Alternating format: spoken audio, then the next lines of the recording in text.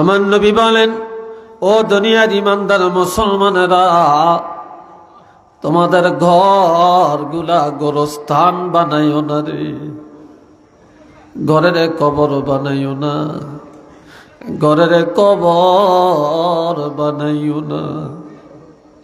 তার কারণ কবরে নামাজ নাই, কবরে কোরআন তেলাওয়াত নাই, কবরে জিকির নাই, কবরে দুরুদ নাই, কবরে বিলাদ নাই, এক কথায় কবরে কোনো আজান একামত নাই। যেই ঘরের মধ্যে ইবাদত নাই, তেলাওয়াত নাই, জিকির নাই, নামাজ নাই, এটা কবর। কবরেও নাই, ঘরেও নাই, তাহলে ঘরটাও কি? কবর। তোমাদের ঘরের গোরস্থান বানায়ও না, তোমাদের ঘর ইবাদতের কারখানা বানাও, তোমাদের ঘর নামাজের কারখানা বানাও, তোমাদের ঘর জিকিরের কারখানা বানাও, তেলাওয়াতের কারখানা বানাও, তালিমের কারখানা বানাও। কিন্তু সিনেমা হল বানায়ও না, গানের আড্ডা বানায়ও না, শয়তানের আড্ডাখানা বানায়ও না। ইন্নাশ শাইতানা ইয়ানফিরু মিনাল বাইতিল্লাযী তাকরাউ ফীহিল কুরআন, যেই ঘরে প্রতিদিন কোরআন তেলাওয়াত করা হবে, ওই ঘরের থেকে শয়তান দূর হয়ে যাবে, বালা দূর হয়ে যাবে, মুসিবত দূর হয়ে যাবে, অশান্তি দূর হয়ে যাবে। যেই ঘরে ইবাদত চলবে, যে ঘরে কোরআন তেলাওয়াত হবে, ওই ঘর আল্লাহর রহমত আর বরকতে পরিপূর্ণ হয়ে যাবে। একটু চিল্লিয়ে বলেন না সুবহানাল্লাহ।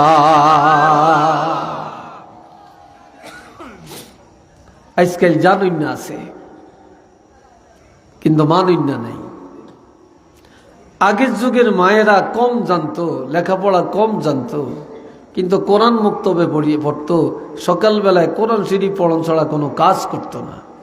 এখনকার মা বোনেরা অনেক জানে, অনেক শিক্ষিতা, অনেক সার্টিফিকেট, অনেক শিক্ষার দৌড়, কিন্তু কারবার নাই। কথা ঠিক নেই, কিন্তু কারবার নাই। যুক্তি তো এগুলোকে পারতেন না। আরেক হাদিসে আমার রাসূল বলেন, ইন্নাশ শাইতানা ইয়ানফিরু মিনাল বাইতিল্লাযী তাকরাউ ফীহি সূরাতুল বাকারা ওয়া ফী রাওয়ায়াতিন ইন্নাশ শাইতানা ইয়ানফিরু মিনাল বাইতিল্লাযী তাকরাউ ফীহি সূরাতুল ইয়াসিন। আমার নবীজি ইরশাদ করেন, যে ঘরে প্রতিদিন সূরা বাকারা শরীফ তেলাওয়াত করা হয়, যেই ঘরে প্রতিদিন সূরা ইয়াসিন তেলাওয়াত করা হয়, শয়তান দূর হয়ে যায়, বালা দূর হয়ে যায়, মুসিবত দূর হয়ে যায়, ওই ঘরের যত শান্তি দূর হয়ে যায়। ওই ঘর আল্লাহর রহমত আর বরকতে আর আল্লাহর তরফ থেকে শান্তিতে পরিপূর্ণ হয়ে যায়।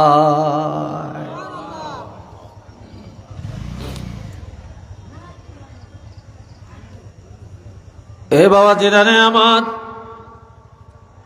এবারে আসেন আবার পড়েন, মিনহা খালাকনাকুম ওয়া ফিহা নুঈদুকুম ওয়া মিনহা নুখরিজুকুম তারাতান উখরা।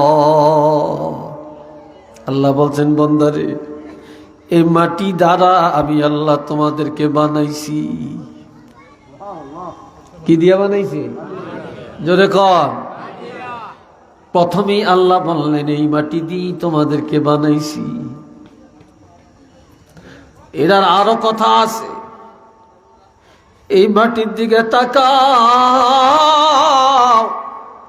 মাটির কোনো অহংকার নাই, মাটির কোনো গর্ব নাই, মাটির কোনো ঝগড়া নাই, মাটির কোনো ফাসাদ নাই, নাই নাই, মাটির কোনো হিংসা নাই।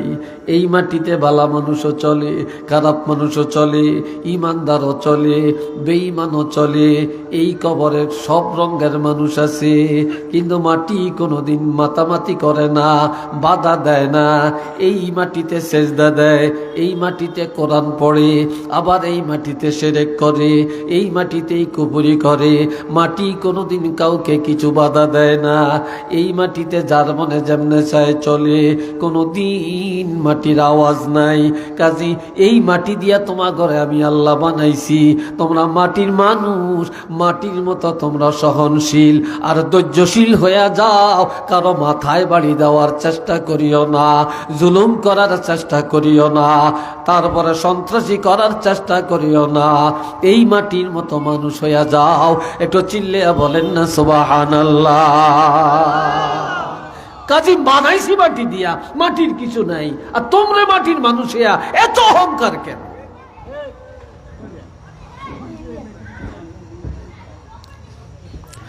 এরপরে আল্লাহ বলছেন ওয়াফিহা নুঈদুকুম, যেই ঘরের মধ্যে টিনের চাল আছে, ওই টিনের চালে যদি পানি ঢেলে দেওয়া হয়, ওই পানি সেখানে থাকবে না, নিচে পড়ে যাবে। জোরে কন। বর্ষাকালে এই জায়গায় পানি আসেনি, আসে না? বন্যা হইলে আসে না? আবার খালি বিলে পানি আসে কি না? এখন কি পানি আসেনি? এই পানি যেখান থেকে আসছে সেখানে চলে গেছেনি। তাহলে পানি তো যা আছে তাই, কিন্তু আল্লাহ এই জমিনটাকের মধ্যে এমন স্তর রাখছেন, যেই স্তরের মধ্যে পানিগুলো নিয়ে আল্লাহ সব জমা করে রাখছেন। ঠিক নেই? কাজে আমার আল্লাহ এই পানি, এই তো উদাহরণ, পানি কোনোদিন মাটির উপরে থাকে না। যতক্ষণই হোক পানি পানির কাছে যে মিশে যায়। তোমরা মাটি দিয়া, মাটির থেকে তৈরি করেছি, তোমরা মাটি থেকে আসছো, মাটির মানুষ, তোমরা আর কোথাও যাবে না। এই মাটির মানুষ মাটির মধ্যে ফিরে যাবে, বা মাটির মধ্যে আমি আল্লাহ ফিরাইয়া আনলাম। একটু চিল্লে বলেন না সুবহানাল্লাহ। বাহির করছি মাটির থেকে, আবার ফিরিয়ে আনছি কোথায়? মাটিতে। ফিরিয়ে দিলাম মাটিতে, বা ফিরে আসবে মাটিতে। আর কোথাও যাওয়ার রাস্তা নাই, আছে এই মাটিতে। এরপরে কি বলছেন? ওয়ামিনহা নুখরিজুকুম তারাতান উখরা, এই মাটি থেকে বিচার দিবসে পুনরায় আমি আল্লাহ আবার তোমাদেরকে উঠাবো, আবার আমি আল্লাহ উঠাবো। তবে জানিয়ে রাখো, আমার আল্লাহ বলেন আলিমাত নাফসুম মা কদ্দামাত ওয়া আখারাত, কিয়ামতের ময়দানে প্রত্যেকটা মানুষ জানতে পারবে, যখন এই মাটি থেকে উঠবে, দলে দলে কাতারে কাতারে উঠবে গো। সেদিন প্রত্যেকটা মানুষের সামনে তার আমল নামা হাজির হয়ে যাবে। আপনি জোয়ান কালে কি করেছেন, বুড়া কালে কি করেছেন, ব্যবসায়ী জগতে কি করেছেন, বিদেশ যায় কি করেছেন, জোয়ান কালে কি করেছেন, আপনি রাজনৈতিক জীবনে কি করেছেন, রাষ্ট্রীয় জগতে কি করেছেন, অর্থনৈতিক জগতে কি করেছেন, আন্তর্জাতিক ক্ষেত্রে কি করেছেন, আপনার বৈবাহিক জীবনে কি করেছেন, একটা একটা করে সব রেকর্ড করা আছে। সেদিন প্রত্যেকের আমলনামা প্রত্যেকের নিজের চোখে দেখতে পাবে। আপনি আগে কি করছেন, পরে কি রেখে গেছেন, আপনি নিজের হাতে কি করেছেন, আর কোনটা আপনার মৃত্যুর পরে আপনার আমলের মধ্যে জমা হয়েছে, সেদিন একটা একটা করে সব আমল দেখতে পারবে। একটু চিল্লে বলেন না সুবহানাল্লাহ।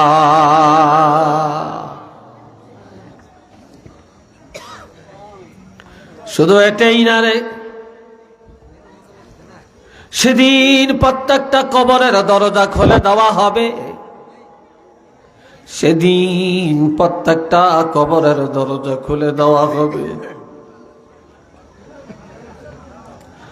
আপন আপন দরজা দিয়া প্রত্যেকটা মানুষ দাঁড়ায়া যাবে।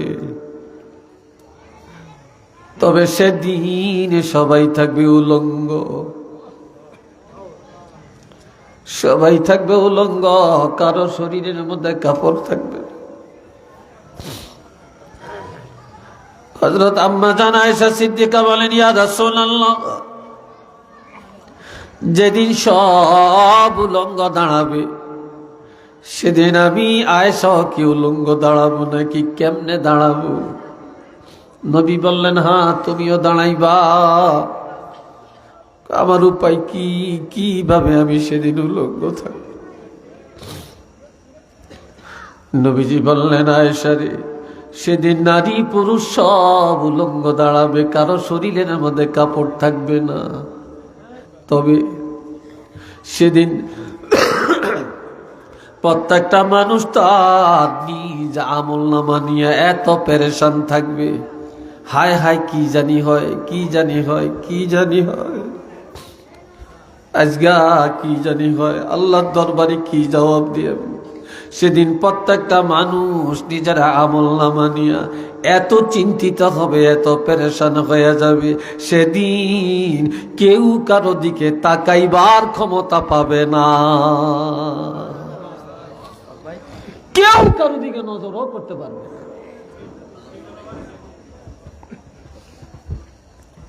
সাহাবীরা বলেন, ইয়া রাসূলুল্লাহ, এর মাইকেরটা শক্তি লাগে কেন রে? তো মাইকে শক্তি লাগে কেন? শক্তি লাগার কথা না তো। এই ভাইয়েরা রে আমার, সাহাবীরা বলেন, ইয়া রাসূলুল্লাহ, যেদিন সব উলঙ্গ দাঁড়াবে সেদিন আপনি রহমাতুল লিল আলামিন কিভাবে দাঁড়াবেন?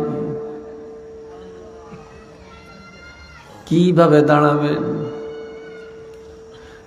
আর সেদিন আপনার অবস্থাটা কি দাঁড়াবে? ক্বালা রাসূলুল্লাহ সাল্লাল্লাহু আলাইহি ওয়াসাল্লাম, আনা সাইয়্যিদু ওয়ালদ আদম ইয়াউমাল কিয়ামা। নবীজি বলেন, সেদিন আমি রাসূলুল্লাহ, আমি রহমাতুল লিল আলামিন, আমি হব আদম সন্তানের মধ্যে সবচেয়ে নেতৃত্ব দেওয়ার মতো, অর্থাৎ আমার হাতেই সেদিন নেতৃত্ব থাকবে, আর কারো হাতে না। সেদিন আমাকে সকল নেতৃত্ব দেওয়া হবে। ওয়ানা আউয়ালু মান ইয়ানশাক্কু আনহুল কবর, সেদিন সর্বপ্রথম আমি রাসূলুল্লাহ রওজা পাকের মাটি দুই দিকে চলে যাবে। সর্বপ্রথম আমার রওজাটা ফেটে যাবে। সেদিন আমার আগে আর কাউকে ওঠানো হবে না। সেদিন আমার দ্বারাই ময়দানে হাসর উদ্বোধন করা হবে। সর্বপ্রথম আমাকে উঠানো হবে। ওয়া আনা আউয়ালু শাফিঈন, সেদিন আমি হব প্রথম সুপারিশকারী। ওয়া আনা আউয়ালু মুশাফফাঈন, সেদিন সর্বপ্রথম আমি রহমাতুল লিল আলামিন নবীর সুপারিশ আমার আল্লাহ গ্রহণ করে নিবেন। একটু আওয়াজ দিয়া বলেন না সুবহানাল্লাহ।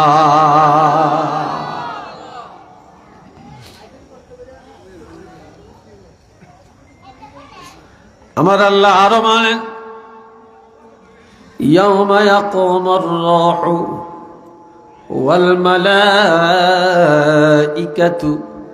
সাফফান লা ইয়াতাকাল্লামুনা ইল্লা মান আযিনা লাহুর রহমানু ওয়া ক্বালা সাওয়াবা। যেদিন হযরত ইসরাফিল আলাইহিস সালাম সিংহায় ফু লাগাবেন, সেদিন সমস্ত রূহগুলা কাতারে কাতারে দলে দলে দাঁড়িয়ে যাবে। মাটির নিচে কিছু থাকবে না, মাটির উপরে সবগুলি রূহ উঠে যাবে। ফেরেশতারাও কাতারে কাতারে দাঁড়াবে, তবে লা ইয়াতাকাল্লামুন, লা ইয়াতাকাল্লামুন, সেদিন কারোই কথা বলার ক্ষমতা থাকবে না রে। সেদিন প্রত্যেকের জবান বন্ধ হয়ে যাবে, কথা বলার ক্ষমতা কারো থাকবে না। নবীদেরও থাকবে না, সাহাবীদেরও থাকবে না, ওলিদেরও থাকবে না, নেতারও থাকবে না, ক্রেতারও থাকবে না, কোন হুজুরেরও থাকবে না। নাই নাই কারো জবান নাই। ইল্লা মান আযিনা লাহুর রহমানু ওয়া ক্বালা সাওয়াবা। দয়াময় রব্বুল আলামিন সেদিন দয়া করে যাকে অনুমতি দিবেন তিনি সেদিন আমার আল্লাহর সাথে কথা বলবেন। এই ছাড়া কথা বলার অধিকার কারো নাই নাই নাই। একটু চিল্লে বলুন না সুবহানাল্লাহ।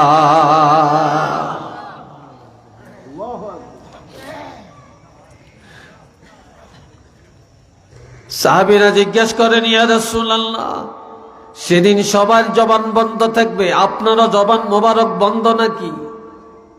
তখন নবী জবাব দেন, সাহাবীরা রে,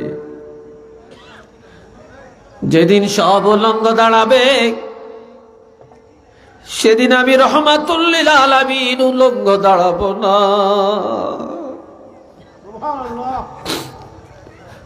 আমি সেদিন উলঙ্গ দাঁড়াবো না, একমাত্র আমি রহমাতুল লিল আলামিন কাপড় পরিধান করা অবস্থায় দাঁড়িয়ে যাব। তবে কি কাপড় নবী পরিধান করবে? নবী হায়াতুন নবী, নবীর কাফনের কাপড়খানা হায়াতের কাপড়। নবীর কাফনের কাপড় অবিকল অবিচল থাকবে। কিয়ামতের ময়দানে মুসিবতের দিনে সব উলঙ্গ দাঁড়াবে। আল্লাহর হাবিব যেই কাফনের কাপড় পরিধান করে রওজা পাকে গেলেন, ওই কাফনের কাপড়খানা পরিধান করা অবস্থায় আবার কিয়ামতের ময়দানে দাঁড়ায়া যাবে।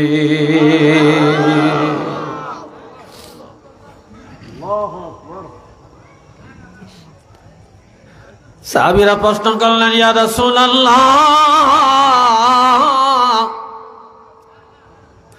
যেদিন কারো কথা বলার ক্ষমতা হবে না সেদিন আপনার অবস্থাটা কি দাঁড়াবে? নবীজি বলেন, সাহাবীরা রে, আনা খতিবুহুম, যেদিন কারো কথা বলার ক্ষমতা নাই সেদিন সকলের পক্ষ থেকে একমাত্র আমি রহমাতুল লিল আলামিন কথা বলবো। সবার জবান বন্ধ হয়ে গেল, আমি আল্লাহর হাবিব আমার জবান মোবারক বন্ধ করা হবে না। একটু আওয়াজ দিয়া বলেন আল্লাহু আকবার।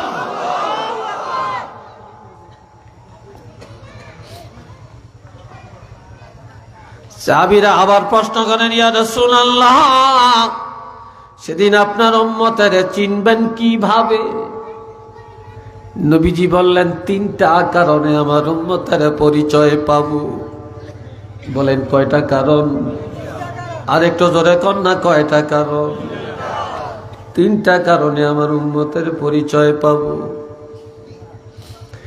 এক নম্বরের কারণ, গুররাম মুহাজ্জালিনা মিন আসারিল ওয়াজু, যারা দৈনিক 5 ওয়াক্ত নামাজ আদায় করেছে, এই অজুর জায়গাগুলা ভালো করে অজু করছে, ধৌত করছে, এই অজুর জায়গাগুলা কিয়ামতের ময়দানে পূর্ণিমার চাঁদের মতো ঝকঝক ঝকঝক করতে দেখা যাবে। এই অজুর বা নামাজের পরিচয়ে আমি আমার উম্মতের পরিচয় সহজেই পাওয়া যাব।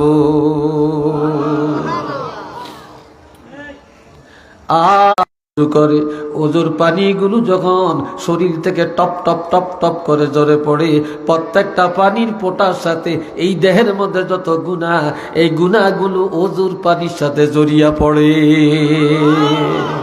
এমনকি শেষ পর্যন্ত দাড়ির মধ্যে একটু পানি আটকায়া থাকে, অথবা নখের পাকের মধ্যে পানি আটকায়া থাকে। এইভাবে ঝাড়া দিলে ওই পানিটাও ঝরে পড়ে, দাড়ি লাড়া দিলে পানিগুলো ঝরে পড়ে। এই ঝরা পানির সাথে গুনাহ ঝরে যায়। আওয়াজ দিয়া বলেন না আলহামদুলিল্লাহ। ইমাম আবু হানিফা, ইমামে আজম আবু হানিফা রহমতুল্লাহ আলাইহি, তিনি বলেছেন, ইমাম আবু হানিফা স্বচক্ষে দেখেছেন ওজুর পানির সাথে যে গুনাহ জড়ে যায়।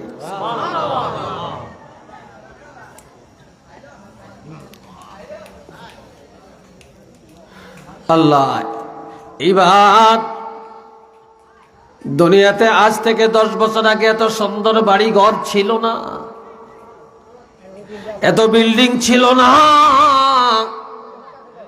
এত চাকচিক্যতা ছিল না, এত রাস্তাঘাট ছিল না। কিন্তু বর্তমানে প্রত্যেক বাড়িতে ধনীরও অভাব নাই, বিল্ডিং এর অভাব নাই। কত সুন্দর একটা ঠিকানা। আমি বলেন, আপনি বলেন, আমরা সবাই এই ঠিকানায় পাগল। কথা ঠিক কিনা? কিন্তু আমার আল্লাহ কি বলছেন? যালিকাল ইয়াউমুল হক ফামান শাআ আত্তাখাযা ইলা রাব্বিহি মাআবা। আমি আল্লাহ দুনিয়াতে তোমাদেরকে স্বাধীনতা দিয়ে দিলাম, যার যেমনে চাই বলো। আমি তোমাদেরকে সরল পথ দেখাইলাম, বাঁকা পথ দেখাইলাম, নেকের পথ দেখাইলাম, গুনার পথ দেখাইলাম। তবে জানিয়া রাখবা, সেই দিনটা সত্য, যেদিন কিয়ামত হবে, যেদিন সব কিয়ামতের ময়দানে দাঁড়াবে, যেদিন জর্রা পরিমাণ আমলের হিসাব দেওয়া লাগবে, এই দিন একেবারে বাস্তব।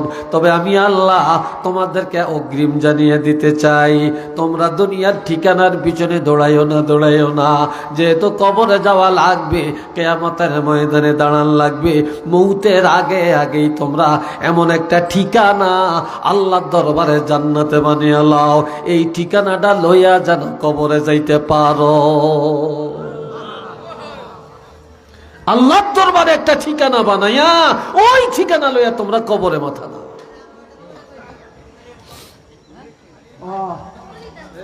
আমার আল্লাহ পাক আরো বলেন, কাইফা তাকফুরুনা বিল্লাহি ওয়া কুনতুম আমওয়াতান ফাআহইয়াকুম সুম্মা ইউমীতুকুম সুম্মা ইউহয়ীকুম সুম্মা ইলাইহি তুরজাউন। সবাই মুহাব্বতে পড়েন আল্লাহুম্মা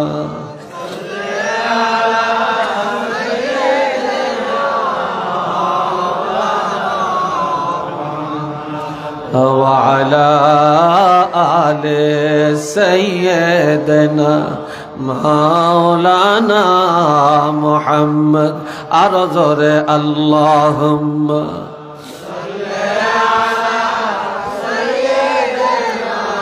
مولانا محمد وعلى آل سيدنا। আমার আল্লাহ বলেন, বান্দারে কিভাবে আমি আল্লাহর সাথে নাফরমানি করতে পারো, কিভাবে কুফরি করতে পারো, আমি আল্লাহর বিধানকে অস্বীকার করতে পারো, আমার আইন অমান্য করতে পারো, অথচ তোমরা ছিলা অস্তিত্বহীন। ওয়া কুনতুম আমওয়াতা, তোমরা সব ছিলা মৃত্যু। এই মৃত্যু মানে অস্তিত্বহীন। এখানে এত কথা হচ্ছে কেন? এই জায়গাটায় এখানে এত কথা কেন?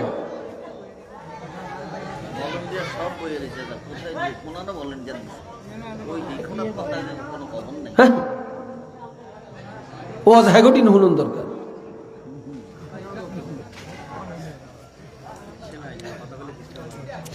রে ভাইয়েরা আমার, আমরা ছিলাম ধানের মধ্যে, আমরা ছিলাম চালের মধ্যে, আমরা ছিলাম ডালের মধ্যে, আমরা ছিলাম তরু তরকারির মধ্যে, আমরা ছিলাম দুধের মধ্যে, আমরা ছিলাম ফল ফ্রুটের মধ্যে, আমরা ছিলাম ডিমের মধ্যে।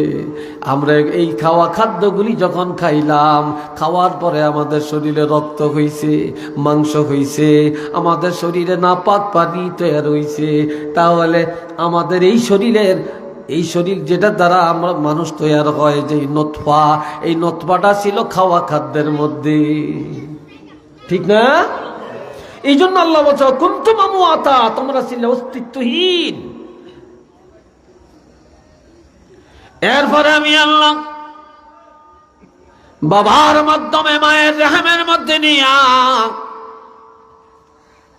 মায়ের রেহেমের মধ্যে 9 মাস 10 মাস রাখলাম।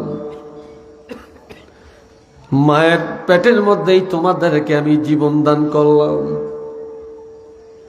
আবার এই মায়ের গর্ভ থেকে জিন্দা দুনিয়াতে পাঠাইলাম। আবার বহু সন্তান মায়ের গর্ভ থেকে মরও আসে কিনা? আমি আল্লাহ তোমাদেরকে জীবন দান করলাম। এই দুনিয়াতে তোমরা কিছুদিন থাকবা, জোয়ানি জীবন কাটাইবা, শিশুকাল কাটাইবা, বিয়া শাদী করবা, চাকরি করবা, কামাই রোজগার করবা, কৃষিকাজ করবা, বাড়ি গাড়ি করবা, দেশ বিদেশ করবা। তোমরা বিয়া শাদী করবা, সন্তানের বাবা হইবা, এরপরে দাদা হইবা, নানা হইবা। কি হইবা? দাদা হওয়া মানে আপনার সময় গনিয়ে গেছে, শ্বশুর হওয়া মানি সময় গনিয়ে গেছে, বাবা হওয়া মানি সময় গমিয়ে গেছে, নানা হওয়া মানি আপনার দুনিয়ার জিন্দগি শেষ হয়ে গেছে। কথা ঠিক কিনা? এরপরে আমি আল্লাহ এই কিছুদিন রাখার পর সুম্মা ইউমীতুকুম, এই দুনিয়াতে আবার তোমরা মৃত্যুবরণ করবে। তোমাদের মৃত্যু আমি আল্লাহ দান করবো, এখানেই তোমরা বাঁচবা, এখানেই আবার মরবা। এবার যাইবা কই? দুনিয়াতে এক জায়গায় ধরে দিলে আরেক বাড়িতে যাও, বাপের বাড়ির জায়গা না পেলে শ্বশুর বাড়ির যে গজ্জামাই থাকো, বন্ধুর বাড়িতে যাও, হাজীগঞ্জে যাও, চাঁদপুরে যাও, ঢাকাতে যাও, কবিলাতে যাও, বিভিন্ন জায়গায় যে বাসা বাড়লে করিয়া জায়গা কিনা বাড়ি করিয়া বাস করো। কিন্তু দুনিয়াতে আমি আল্লাহ পাঠাইলাম, কিছুদিন কাটাইলা, এরপরে আবার এখানেই মরবা। এইবার সুম্মা ইউহয়ীকুম, মরার পরে কিছুদিন কবরে থাকবা, এরপরে আবার আমি আল্লাহ জিন্দা করব। সুবহানাল্লাহ কর না? আবার তোমাদেরকে জীবিত করব। এইবার যাইবা কই? এইবার যাইবা কই? সুম্মা ইলাইহি তুরজাউন, এবার আর যাওয়ার কোনো রাস্তা নাই, যাওয়ার কোনো রাস্তা নাই নাই নাই। এবার তোমরা সবাই আমি আল্লাহর দরবারে আসা লাগবে। আমি আল্লাহর কাছে আসা ছাড়া তোমাদের আর যাওয়ার কোনো রাস্তা নাই। একটু চিল্লিয়ে বলেন না সুবহানাল্লাহ। আল্লাহর কাছে যাওয়া লাগবে কিনা? আরো জোরে বলেন, যাওয়া লাগবে কিনা? খালি হাতে যাবেন না ঈমান নিয়ে যাবেন? আমল নিয়ে যাবেন? নেক আমল না বদ আমল? জোরে বলেন কোন আমল? নেক আমল। তাহলে এই মরলে তো নেক আমল করতে পারবেন না, মরার পরে ঈমান অর্জন করতে পারবেন না। এখানেই ঈমানদার হওয়া লাগবে, এখানেই মুসলমান হওয়া লাগবে, এখানেই নেক আমল করা লাগবে। আর এই দুনিয়ার জিন্দেগির মধ্যে গুনাহ থেকে নিজকে বাঁচিয়ে রাখা লাগবে। একটু আওয়াজ দিয়া বলেন না আলহামদুলিল্লাহ। আল্লাহ তৌফিক দেন, সবাই কোন আমিন।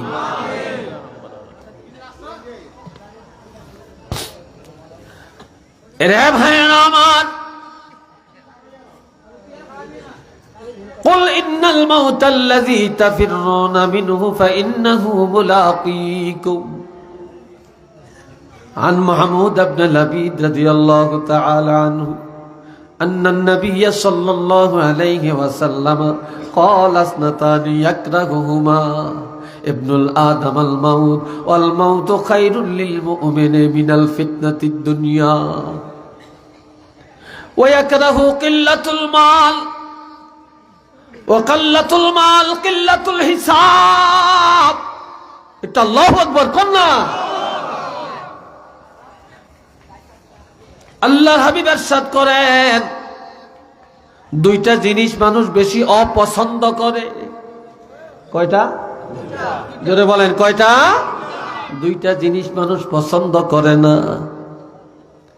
তার মধ্যে বনি আদম দুইটা জিনিস অপছন্দ করে, তার মধ্যে এক নম্বরে অপছন্দ করে মৃত্যু। কেউ মরতে চায় না, কেউ মরতে চায় না, সবাই বাঁচতে চায়, ঠিক নি? সবচেয়ে বেশি অপছন্দ করে মরণটারে। একটু বাঁচার জন্য দেশ বিদেশ যায়, বাড়ি বিক্রি করে, ঘর বিক্রি করে, সোনা বিক্রি করে, এরপরও ডাক্তারের কাছে যায়, মাদ্রাজ যায়, ভারত যায়, সিঙ্গাপুর যায়, আমেরিকা যায়, এরপরও কেউ বাঁচতে পারে কিনা বলেন? বলেন পারে? এরপরও কেউ পারে না। অথচ নবী বলেন আল মাউতু খায়রুল লিল মুমিন, যারা ঈমানদার, যারা মুমিন, তাদের জন্য মৃত্যুটা হলো অতি উত্তম। মুনাফিক, বেঈমান, নাফরমান, কাফের, মুশরিক, তাদের জন্য মৃত্যুটা হলো একেবারে লাঞ্ছনা। আর ঈমানদার যারা, তাদের জন্য মৃত্যুটা হলো অতি উত্তম। কেননা আল মাউতু খায়রুল লিল মুমিনিন মিনাল ফিতনাতি, ঈমানদারের জন্য মৃত্যুটা অতি উত্তম দুনিয়ার ফিতনা থেকে। দুনিয়া থাকলেই তো গুনাহ, দুনিয়া থাকলেই তো গুনাহ, দুনিয়া থাকলেই মিশা কথা, দোকাবাজি, রংবাজি, সিটাবাজি, সিটারি, মুনাফিকি, পরের ঠগান, ধরন মারণ, আর অহংকার, গর্বরিয়া, হিংসা, দুনিয়া এগুলা ফিতনায় ভরা। ঈমানদারেরা দুনিয়ার এসব ফিতনা থেকে বাঁচতে পারবে কবরে চলে গেলে। এই জন্য ঈমানদারের জন্য মৃত্যুটা হলো অতি উত্তম। আওয়াজ দিয়া বলেন না সুবহানাল্লাহ। 2 নম্বরে ওয়ায়াকরাহু কিল্লাতুল মাল, কম টাকা মানুষ পছন্দ করে না, কম জায়গা পছন্দ করে না, সম্পদ কম এটা কেউ পছন্দ করে না, টাকা কম এটা পছন্দ করে না। সবাই চায় অনেক টাকা, সবাই চায় অনেক সম্পদ, সবাই চায় অট্টালিকা। কিন্তু আমার রাসূল বলেন কিল্লাতুল মাল কিল্লাতুল হিসাব, যে কম টাকা কম সম্পদ, কিয়ামতের ময়দানে হিসাবও কম। কিয়ামতের ময়দানে কি হিসাবও কম। আর যার সম্পদ বেশি তার হিসাবও বেশি, ঠিক কিনা? অথচ এই দুইটাকে মানুষ অপছন্দ করে। আর এই দুইটার কথাই রাসূল ভেঙ্গে পড়লেন, যার জন্য আমার ভাইরা রে, হযরত ওসমান গনি রাদিয়াল্লাহু ফিল জান্নাহ, আল্লাহর রাসূলের জবান মোবারকে বললেন হযরত ওসমান গনি রাদিয়াল্লাহু জান্নাতে যাবে। আরো আস্তে কর, নবী নিজে বলছেন এটা জান্নাতি। এরপর তিনি যখন কোন কবরের কাছে দিয়া যান, হযরত ওসমান গনি রাদিয়াল্লাহু কানতে কানতে অস্থির হয়ে যান। সাহাবীরা বলে হুজুর আপনি তো জান্নাতি, আল্লাহর হাবিব বলেছেন আপনি জান্নাতে যাবেন, এরপরেও আপনি কবর দেখলে এইভাবে কান্নাকাটি করেন কেন? কি কারণে আপনি কাঁদেন? হযরত ওসমান গনি রাদিয়াল্লাহু কেঁদে কেঁদে বলেন আল কবরু আউয়ালু মানজিলিম মিন মানাজিলিল আখিরাহ, আখিরাতের যতগুলা গেট, যতগুলা দরজা, যতগুলা ঘাটি, কবর হলো প্রথম ঘাটি, প্রথম গেট।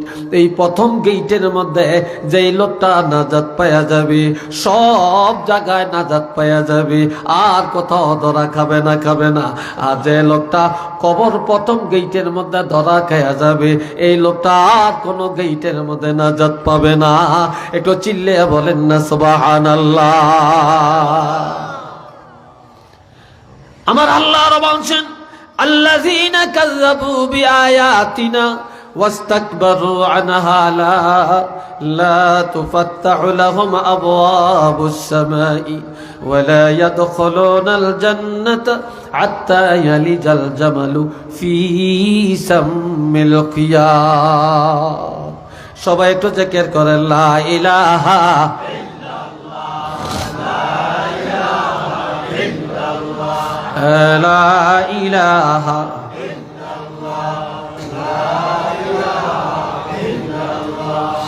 লা ইলাহা ইল্লাল্লাহ, লা ইলাহা ইল্লাল্লাহু মুহাম্মাদুর রাসূলুল্লাহ सल्लल्लाहु अलैहि वसल्लम। आए खुशा चश्मे के आगर यानी यूस, आए खुशा चश्मे के आगर यानी यूस, वाए हुमायूं दल के आगर यानी यूस। আল্লামা জালালউদ্দিন রুমি বলেন, এই দুনিয়া তামাশা করার জন্য না, এই দুনিয়া কান্নার জন্য। এই দুনিয়াটা কি? জোরে কোন? এই দুনিয়া কান্নার জন্য। যারা কবরের চিন্তায় চোখের পানি ফালিয়া কান্দে, আখিরাতের চিন্তা করে চোখের পানি ফালিয়া কান্নাকাটি করে, যে লোকটা নামাজের পরে আল্লাহর দরবারে মুনাজাত দিয়া গুনাহ মাফ চায়, যে লোকটা গভীর রাত সবাইকে ঘুমের ঘরে রেখে একা একা ঘুম থেকে জেগে ওযু করিয়া অন্ধকার রাত আল্লাহর দরবারে সিজদায় যায় আর চোখের পানি ছেড়ে আল্লাহর দরবারে কান্দে রে, এমন মানুষগুলা যখন অন্ধকার কবরে যাবে, এমন মানুষগুলা যখন কবরে যাবে, তখন তাদের চোখ আর কানবে না, আর কান্না করা লাগবে না, লাগবে না, লাগবে না, লাগবে না।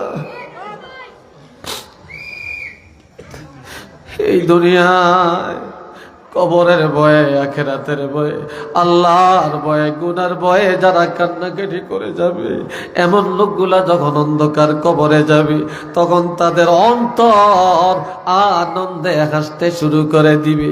দুনিয়ায় যারা আনন্দ করবে, কবরে গেলে কান্নার সীমা নাই, আর দুনিয়ায় যারা কান্নাকাটি করবে, কবরে গেলে তাদের আনন্দের সীমা নাই। একটু মারহাবা কন্যা।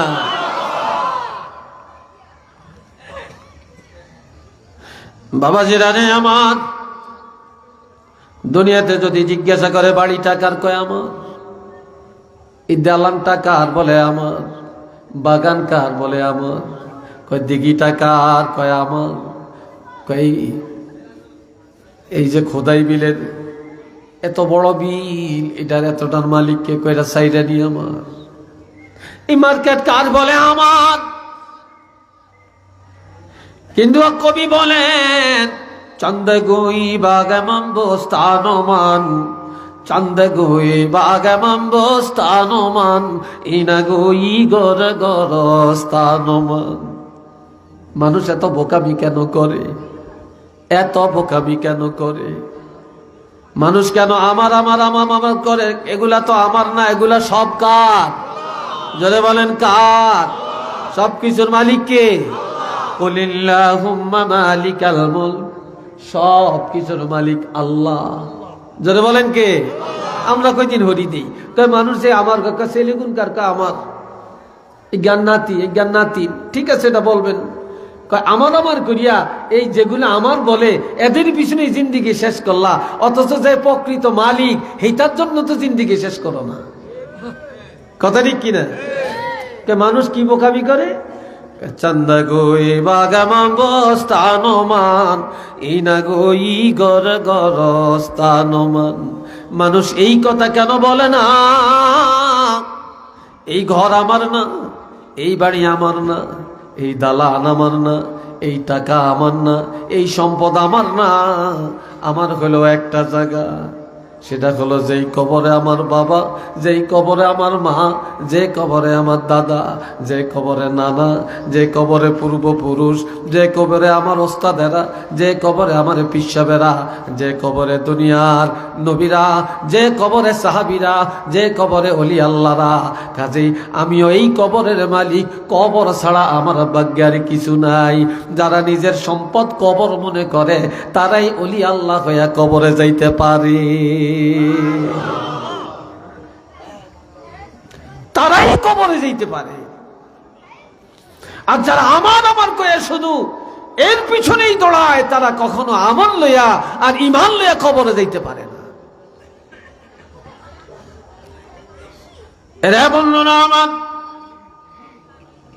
শুধু এটাই না, কাজ গাওয়া আজ গাওয়া সাত কাবস গিয়া করে দে, আজ গাওয়া সাত কাবস গিয়া করে দে, আজ গরে শাহ এক আওয়াজ না আমদি। এটা আল্লাহু আকবার কন্যা, আর একটু জোরে কন্যা আল্লাহু আকবার।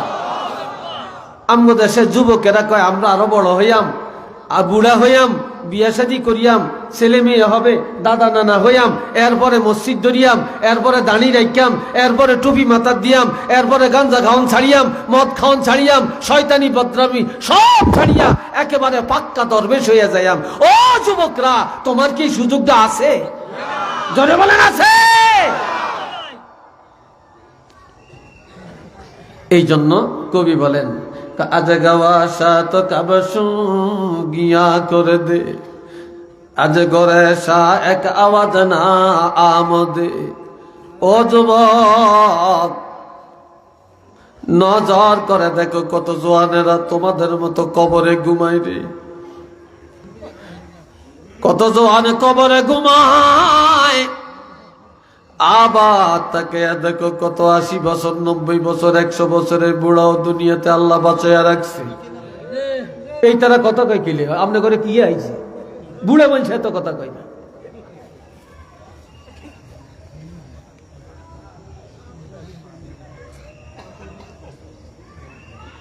আল্লাহ নজর করে দেখো 80 বছর, 90 বছরের বুড়াও বেঁচে আছে, কিন্তু তোমাদের মতো কত যুবক কবরে ঘুমাই রে।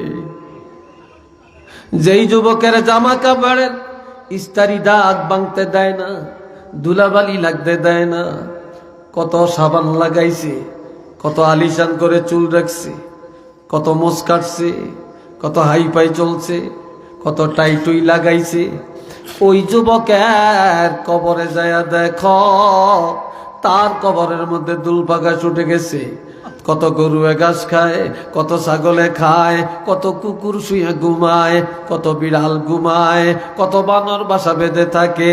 ওই জোয়ানের আওয়াজ গেল কই, বাহাদুরি গেল কই, শক্তি গেল কই? গরু ছাগল গুলা, কুকুর আর বিড়াল তাড়াইবার ক্ষমতাও তার কাছে নাই। এই ক্ষমতা তো নাই নাই, তার কবরের কাছে যায় দেখো একটা আওয়াজও নাই। কথা ঠিক কিনা? যাইয়া দেখো একটা আওয়াজও সেখানে নাই। এরপরে বলছেন, বেরোদার বেশে গরস্তা নজর কুন, বেরোদার বেশে গরস্তা নজর কুন, হার গাজানা শানে দিশা 100 খুন। দুনিয়াতে এতিমখানা চিনিনি আপনারা? এতিমখানা কত এতিমখানা বাংলাদেশও আছে, আছে না? এতিমেরা লেখাপড়া করে, খাওয়া দাওয়া করে, এতিমখানায় কত জাকাত দেয়, কত চাইলের বস্তা দেয়, কত এতিমেরে জামা কিনে দেয়, কত এতিম ঘর করিয়া দেয়, কত এতিম কানলে চোখের পানি মুচ্ছা দেয়, আছে কিনা? কিন্তু এটা তো এতিমখানা, ঠিক আছে, এর চেয়ে বড় এতিমখানা একটা আছে, তোরা একটু ওই এতিমখানা যা, এতিমকে খবর ল। এটা কোনটা? এটা কবরস্থান। এটা আল্লাহু আকবার কন্যা রে ভাই। এটা কোনটা? তোমার বাড়ির পূর্ব দিকে, তোমার বাড়ির দক্ষিণ দিকে, তোমার বাড়ির গাটার আগে, তোমার বাড়ির পুষ্কুনির পাড়ে, তোমার বাড়ির ঘাটলার কিনারে, মসজিদের পিছনে যেই গোরস্থান, ওই কবরের কাছে যাও। যারা এই কবরে শুইয়া ঘুমায় তারাও একদিন এই দুনিয়ার মালিক ছিল, এই বাড়ি ঘরের মালিক ছিল, এই সম্পদের মালিক ছিল। তারাও দুনিয়ায় কত হাসি তামাশা করেছে। আজ তাদের কবরের কাছে যে দেখো তারা কিভাবে ঘুমায় রে। কাজেই এতিমদের খবর লও। ওই দুনিয়ার এতিমেরা যতই বিপদে পড়ে, কত মানুষ বুকে জড়ে আনে, চোখের পানি মুছে দেয়, কত খাওয়া দাওয়ার আয়োজন করে, কিন্তু কবরের এতিমেরা যখন কবরে চলে যায় রে, বিপদে পড়িয়া যত কাঁদবে, যত কাঁদবে রে। ওই কবরের এতিমেরা যত কান্নাকাটি করবে, দুনিয়া কেউ তাদের ডাকে সাড়া দিবে না, দিবে না, দিবে না, কেউ দিবে না। এমনকি তাদের কান্নার আওয়াজও কারো কানে আসবে না। কাজে একদিন তোমরা সে এতিমখানায় যাইবা, বিপদে পড়িয়া কানবা, কবরের পাশে দিয়া কত আপনজন আসা যাওয়া করবে, কত ভাই বন্ধু যাবে রে, কিন্তু তোমার ডাকে কেউ সাড়া দিবে না রে। সেদিন কাঁদতে পারবা, তোমার কান্নার শেষ নাই, থামাইবার মতো কেউ নাই। একটু চিল্লিয়া বলেন না সুবহানাল্লাহ। কেউ নাই, কেউ নাই। এই জন্য আমার বাবাজিরা, মানুষ যখন মরে যায়, মৃত্যুর পরে রুহটা নিয়ে মালাকুল মউত আসমানে যায়। কোথায়? কথা কন, কোথায়? হুজুরি নিয়ে আসতে কন তাড়াতাড়ি।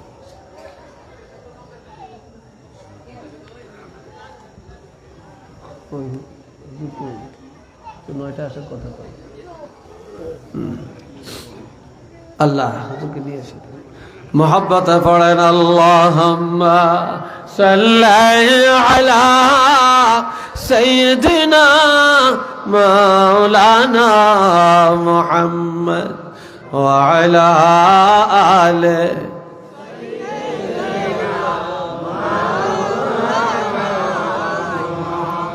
রে ভাইরা আমার শুনেন, এই রুহুটা নিয়া যখন আসমানের কিনারে যাবে রে, কড়া নাড়াবে, বলবে কে? কয় আমি অমুক মালাকুল মউত। ওই বাজনা কাল চাঁদপুর একটা লোক মারা গেছে, তার রুহু নিয়ে আসছি। দারোয়ান বলবে রাখো, দরজা খোলা যাবে না। এই লোকটা সারা জীবন কি করেছে, পুরা জিন্দেগীর নথিপত্র আমার কাছে। আমার আল্লাহ অর্ডার দিয়েছেন, এ লোকটা নেককার, এ লোকটা ইমানদার, এ লোকটা আল্লাহর পরহেজগার বান্দা। আল্লাহ অর্ডার দিয়েছেন, এর রূহ নিয়ে আসমানের কাছে আসলে আমি যেন দরজা খুলে দেই। তখন দরজা খুলে দেওয়া হবে। এইভাবে 7 আসমানের দরজা খুলে যাবে। এরপরে জান্নাতের কিনারে রুহুটা নিয়ে যাবে, জান্নাতের দরজা খুলে যাবে, জান্নাতের মধ্যে নিয়া তার ঠিকানাটা দেখাবে। এটাই তোমার ঠিকানা, হাজা মাকআদুকা, এটাই তোমার বাসস্থান। এটা মারহাবা কন্যা। কিন্তু লাশ উড়িয়ে দিছে, কত মানুষ কত দৌড়াদৌড়ি কান্নাকাটি করে, কিন্তু রুহু যে কোন জায়গায় সাইর করতেছে খবর আছে নি? কেন জোরে বলেন আছে? রুহু বেহেশতের মধ্যে। এই বেহেশতটা দেখায়া আবার যেই দরজা দিয়ে রুহুটা নিয়ে গেছে, আবার পুনরায় রুহুটা বের করে নিয়ে আসবে। জান্নাতের দরজায় এমন একটা টেবিল আছে, টেবিলের মধ্যে একটা বালাম খাতা আছে। ওই বালাম খাতাটা খুলিয়া এই পর্যন্ত কতজন আসছে জান্নাতি, এই বাবা হযরত আজরাইল আলাইহিস সালাম এই লোকটার নাম্বার দিয়া ওই জান্নাতের বালামের মধ্যে নামটা উঠাইয়া দিবে। কিয়ামতের ময়দানে এই বালাম কার রুহু মৃত্যুর পরে এই জান্নাতি বালামের মধ্যে কার নাম উঠছে, এই বালামটা দেখা কিয়ামতের ময়দানে হিসাব করা হবে। তো যখন আল্লাহু আকবার। এবার রুহুটা নিয়ে আবার লাশের কাছে আইসা এই রুহুটা ছাড়িয়ে দিয়া মালাকুল মউত যাইব গিয়া। এবার রুহুটা কি করব? ঘরের চারিদিক দিয়া, লাশের চারিদিক দিয়া তওয়াব করবে। লাশ যখন বাইর করবে চারিদিক দিয়া তওয়াব করবে। যখন গোসল দিবে রুহটা চারিদিক দিয়া তওয়াব করবে। তওয়াব মানে ঘুরবে। যখন জানাজা পড়বে রুহটা ঘুরিয়া ঘুরিয়া দেখবে এই দেশের কারা কারা জানাজায় শরীক হইছে। এরপরে এই লাশটা নিয়ে যখন কবরে যাবে, রুহটা পিছে পিছে রওনা করবে। সব লাশটা কবরে রাখবে, এরপরে সব চলে যাবে। এই রুহটাও কবরে যাবে, আবার মাটি দিয়া সব বাড়ি ঘরে চলে যাবে রে। এই রুহটা আল্লাহর নির্দেশে আবার এই দেহের ভিতরে ঢুকাইয়া দেওয়া হবে। এই রুহের উপরেই তাকে প্রশ্ন করা হবে। আওয়াজ দিয়া বলেন না সুবহানাল্লাহ। আর একজন আল্লাহর বান্দা মারা গেছে, রুহটা নিয়ে আসমানে গেছে। ফেরেশতা বলবে না না, দরজা খোলা যাবে না, যাবে না, যাবে না। এই লোক নাফরমান, এই লোক বেনামাজি, এই লোকটা আল্লাহর সাথে নাফরমানি করছে, এই লোকটা কুফরি করছে, শিরকি করছে, এই লোকটা মন গড়া চলছে, মানুষের উপর জুলুম করছে, এই লোকটা মন গড়া চলছে, এই লোকটার জিন্দেগি ভালো হয় না। কাজী আল্লাহ বলেছেন এই লোকটা যখন আসলে যেন দরজা না খুলি। মসজিদে আজান হইছে, বাড়িতেও নামাজ পড়ে না, মসজিদেও যায় না, সে এত অবহেলা ছিল। এত অবজ্ঞতার ছিল, তার জন্য দরজা খোলা যাবে না। তখন আবার এই রুহ নিয়া মালাকুল মউত আবার জমিনে চলে আসবে। এবার জমিনের দরজা আছে, জমিনের দরজা খুলে যাবে। কাহা আমি অপেক্ষায় আছি, এমন না পাপী, এমন না সিটার, এমন না বদমাইশের এই রুহ নিয়ে আসলে আমি যেন দরজা খুললা দেই। তখন জমিনের দরজা খুললা যাইব। এরপরে সিজ্জিনের মধ্যে জাহান্নামের মধ্যে রুহুটা নিয়ে যাইব, জাহান্নামের দরজা খুলিয়া যাইব। এইবার জাহান্নামে ঢুকিয়া মালাকুল মউত হযরত আজরাইল আলাইহিস সালাম জাহান্নামে যায়া তার রুহুটা দেখাইব, এটা তোমার ঠিকানা, এই জাহান্নাম তোমার ঠিকানা। একটু নাউজুবিল্লাহ কন না রে ভাই, এই জাহান্নাম তোমার ঠিকানা। আমরা জানাজা পড়ি, আমরা বেকি বিসমিল্লাহে ও আলা মিল্লাতে রাসূলিল্লাহ কই, আমরা বেকি মিনহা খালাকনাকুম কইয়া কই, আমরা বেকি দোয়া হড়াই আর গরু খাবাই, কিন্তু আসলে এটা ঠিকানা কোথায় খবরই তো নাই। কথাটি কি না বলেন, খবরই তো নাই। আল্লাহ আবার এই জাহান্নাম দেখায়া আস্তে আস্তে আইনা বাইর করে দিব। আইনা এবার দেখো লাশ সেই গরম। এবার লাশের কাছে রুহুটা ছেড়া দেয়া চলে যাবে। আবার এই রুহুটা তওয়াব করতে থাকবে আর কাঁদতে থাকবে আর করবে, মানুষ তার জন্য এত মায়া করে কেন, মানুষ তার জন্য কান্দে কেন, আহা মানুষ তার জানাজা পড়ে কেন, এই লাশটা ধরে রাখছে কেন, তাড়াতাড়ি কবর দেয় না কেন, তারে মাটি দেয় না কেন, এটা জাহান্নামের কীট, এটা জাহান্নামের কীট, তাড়াতাড়ি জাহান্নামে পাঠিয়ে দেয় না কেন। মানুষ যদি জানতো তার ঠিকানা কত খারাপ, তার ঠিকানা জাহান্নাম, কেউই তার জন্য চোখে পানি বালে একান্ত না রে, কবর করতো না ডরে ভয়ে, কেউ তারে কবরে ওলামাইতো না। কথা ঠিক কিনা? এই জন্য আমার আল্লাহ বলেন আল্লাযীনা কাযযাবু বিআয়াতিনা ওয়াস্তাকবারু আনহা লা তুফাত্তাহু লাহুম আবওয়াবুস সামা। যারা আমি আল্লাহর বিধানকে অমান্য করে, আমি আল্লাহর আইন যারা অমান্য করে, আর ওয়াস্তাকবারু দুনিয়াতে অহংকার আর গর্ব করে চলে, নিজেরে বড় মনে করে, নিজেরে ভালো মনে করে। আবার কিছু কিছু মানুষ আছে সমাজের মধ্যে, আলেম করে দেখলে যেন কলজাটা ফাইটা যায়, আসেনি কোন? নামাজি দেখলে, দরবেশ দেখলে যেন কলজা ফাইটা যায়। হক কথা যেইতে কয় এইটারে কেউ দেখতে পারে না, উচিত কথা যে বলে সে বালা না। কথা ঠিক কিনা? অথচ আলেমরা কারো মাথায় বাড়ি দেয় না, আলেমরা কারো আইল কাটে না, আলেমরা সুদ খায় না, আলেমরা ঘুষ খায় না, আলেমরা মিথ্যা বলে না, আলেমগো মা বাপ কোনোদিন বৃদ্ধাশ্রমে যায় না, আলেমরা সাধ্যমতো মানুষের উপকার করে। ওয়া ইজা খাতাবাহুমুল জাহিলুনা ক্বালু সালামা। আলেম করে জাহেলেরা গালমন্দ করে, আলেমদের সমালোচনা করে। আলেমরা কোনোদিনই গালি দেয় না, গালি দেয় না, গালি শূন্য মাথা নিচু করিয়া রাখে। আর আলেমরা যখনই দোয়া করে, এই পৃথিবীর সকলের জন্য আলেমরা হেদায়েতের দোয়া করে। কথা ঠিক কিনা ভাই? আলেমরা দোয়া করে, শান্তির দোয়া করে। যাই আলেমরা শান্তির দোয়া করে, রহমতের দোয়া করে, নাজাতের দোয়া করে, ওই আলেমদের সমালোচনা আবার এই দেশের মুসলমান কিভাবে করতে পারে? বলেন আপনারা। আল্লাহ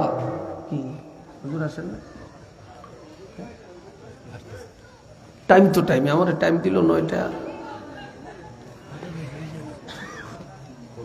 আল্লাহ আল্লাহ ভাই মোহাব্বতে সবাই বলেন সাল্লাল্লাহু আলা মুহাম্মদ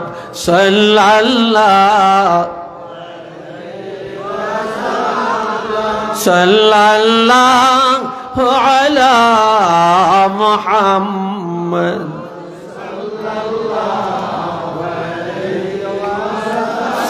এই আপনারা উঠছেন কেন? আপনারা হাইটেন না, কথা শুনেন।